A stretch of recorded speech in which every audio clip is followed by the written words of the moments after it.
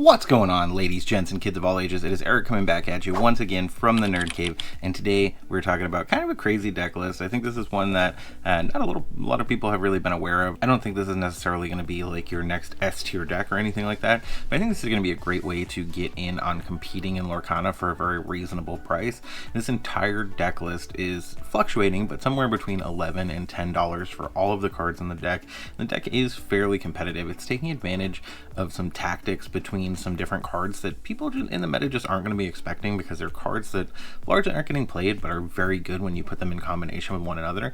And the thing that's really cool about this deck is it is a pirate deck, and you know on this channel we love pirate decks. But before we jump into that, as always, a big shout out to the Patreons for making the giveaway on the channel possible. Thank you guys so much for continuing to support the channel and my endeavors. If you want to check out the Patreon, we have a tier as low as $1 to get entered and get some cool free stuff over there. If you want to support the channel, if you've enjoyed my videos in the past, it's a great way to do that, and I certainly appreciate it. But without any further ado, let's talk about this Ruby Emerald pirate list.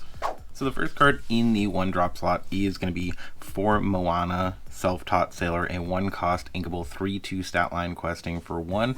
It can't challenge unless you control a captain character, which is entirely possible with this deck. However, just throwing down a 3/2 body early that's questing can be pretty aggressive, and some decks have a hard time getting a favorable way to remove it. Next up, our other 1-cost pirate in this deck is going to be for Pete, Pirate Scoundrel, a 1-cost inkable 1/2 stat line questing for 1, with whenever you play an action that isn't a song, you may banish chosen item. Not really an ability we're going to be taking advantage of necessarily with this deck so much. It's not impossible, but it's not likely. Moreover, he is here just to be another 1-cost pirate in the deck. Our final 1-cost character is going to be 3 Taffeta Mutt and Fudge, a 1-cost inkable 1/2 stat line questing for 1, with when you play this character, if you have a location in play, each opponent loses 1 lore. Entirely likely we're playing several locations in this deck, so we'll talk more about that as we go. It's also a very good shift target. Next up in the 1-cost slot, our 1 non-song action is going to be 3 Prepare to Board, a 1-cost inkable action. Chosen character gets +2 this turn. If it is a pirate character, they get +3 instead. It's not always going to be super relevant. Some games it is just going to be ink, but it is a great way to take advantage of those Moanas when you do have a captain in play to get a challenge for 6, or even take advantage of those Petes to get a challenge for 4 that your opponent may not be expecting. Not to mention, it is playable on all these other characters we're going to be playing later in the game. Speaking of pumping up those characters and our location strategy, we're on 4 Hidden Cove, a 1-cost inkable location, 1 to move in, 6 willpower. No passive lore gain on this one, but characters get +1/+1 while they're here. We've seen this time and time again be a great way to avoid a lot of the removal in the meta right now, not to mention just making your characters harder to take off the board. A great location in combination with those pirates. We're on 4 Jolly Roger Hook Ship, a 1-cost uninkable location, 2 to move in, 5 willpower this time. Characters gain rush while they're here, but your pirate characters move here for free, so that 2 to move in may not matter so much, and it is still relevant for those non-pirate characters when you do have that extra ink in the late game to be able to give them rush, so that 2 to move in isn't always the biggest hurdle. In the early game, obviously you want to be taking advantage of this card with those pirate characters to be able to get some free rush characters very early. And jumping over to the 2-cost slot and some more pirates, we have 2 Kakamora Pirate Pitcher, a 2-cost inkable 1/3 stat line questing for 1, with when you play this character, chosen pirate character gains evasive. There's a lot of evasive going around in the meta right now. This is a good way to unexpectedly give one of your larger characters evasive and deal with an evasive threat that may be in your way. Not to mention, we've talked about it before, you can give those pirates rush, so you can potentially throw down a new threat, throw this down to give it evasive, and give it rush by moving it into that Jolly Roger if it's a pirate. Next up, still in the 2-cost slot, we are on 4 Wendy Darling Courageous Captain, a 2-cost uninkable 1/2 stat line questing for 1 with evasive. So this is another potential way to answer some of those evasive threats. In some instances, she is a pirate, so you can hit her with that Prepare to Board. And while you have another pirate character in play, this character is +1 strength and +1 lore. So not only is she going to be questing with 2 with another pirate in play, but she is going to become a 2/2 stat line, again relevant with that Prepare to Board, because you're potentially taking out 5 willpower evasives if you're challenging in with her if you need to. So having another evasive option is always great. Speaking of more evasive options, we do have 2 Go-Go Tamago Darting Dynamo, a 2-cost inkable 2/2 stat line questing for 1.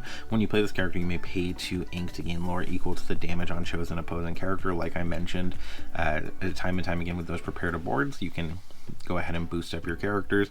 So your opponent may think, oh, they can only challenge for 1. Next thing you know, you throw down a prepared a board, you're challenging for 4, putting 4 damage onto something, and then playing something like Go Go Tamago for 4 to go ahead and gain 4 lore right out of the blue. Next up, more locations. We are on 2 Snuggly Duckling, a 2-cost inkable, 2 to move in, 9 willpower location. Whenever a character with 3 strength or more challenges another character will here gain 1 lore. If the challenging character has 6 strength or more, gain 3 lore instead. So it's a great way to keep your foot on the gas with removing those opposing characters while still generating lore, which is always fantastic.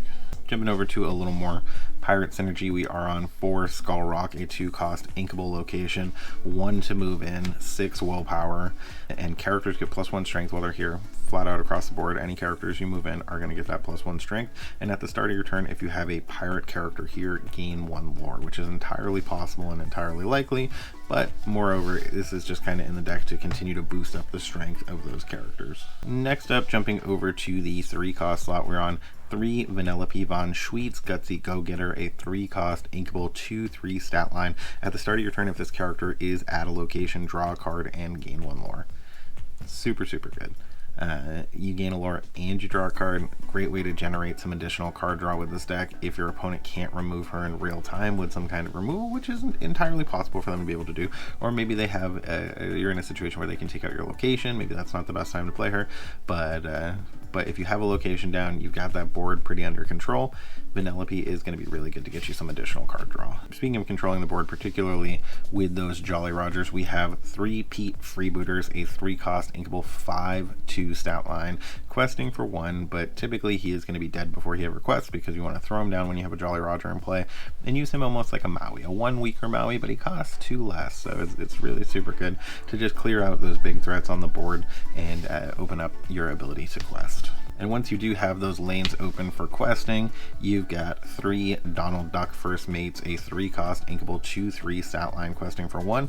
However, while you have a captain character in play, of which there are several in this deck, while you have a captain character in play, this character gets +2 lore. So if you're able to get him down in a favorable position, preferably with a captain character in play, he's going to be questing for 3. Last card in the 3-drop slot is going to be 2 Tuk Tuk Lively Partner, a 3-cost inkable 2/3 stat line, questing for 1.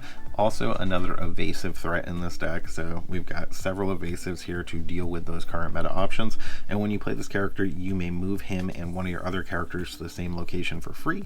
The other character gets +2 strength this turn, so another instance of boosting something's strength. Super good in combination with those Snuggly Ducklings when you're able to move something in, boost its strength up with Tuk Tuk, and get that favorable challenge, gain that lore off the Snuggly Duckling. So Tuk Tuk is a lot of fun in this deck. You play him at the right time and he is going to put in work for you. As we get over to some of our options that really change the game and change what our opponent may expect or what this deck is trying to do, we look at things like the 4-cost inkable Daisy Duck Pirate Captain, a 3/3 stat line, questing for 2. She is a captain, she is a pirate, so she is going to be checking those boxes for all of our other cards that are going to synergize with those, and whenever one of your pirate characters quests, we'll add a location, draw a card. And it's super worth noting, turn 5, if you've got a few pirates on the board, you can go ahead and throw down a Daisy Duck and a Jolly Roger. Jolly Roger is not always something you want to be playing right at the beginning of the game.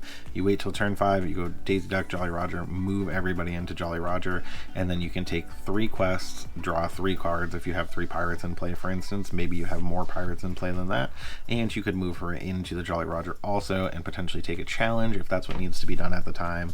So it is a great way to refuel your hand in a color choice that typically struggles with that. So having the combination of Vanellope and Daisy Duck is really going to help you hugely with your card draw. The other card in the 4-cost slot is going to be 4 Taffeta Mutton Fudge Sour Speedster, a 4-cost inkable 3/3 stat line, shifting for 2, and once per turn when this character moves to a location, gain 2 lore. So you can only do it once per turn, but if you're not exerting her and your opponent doesn't have the direct removal to get her off the board, you could potentially just keep moving her back and forth turn after turn and gaining that 2 lore.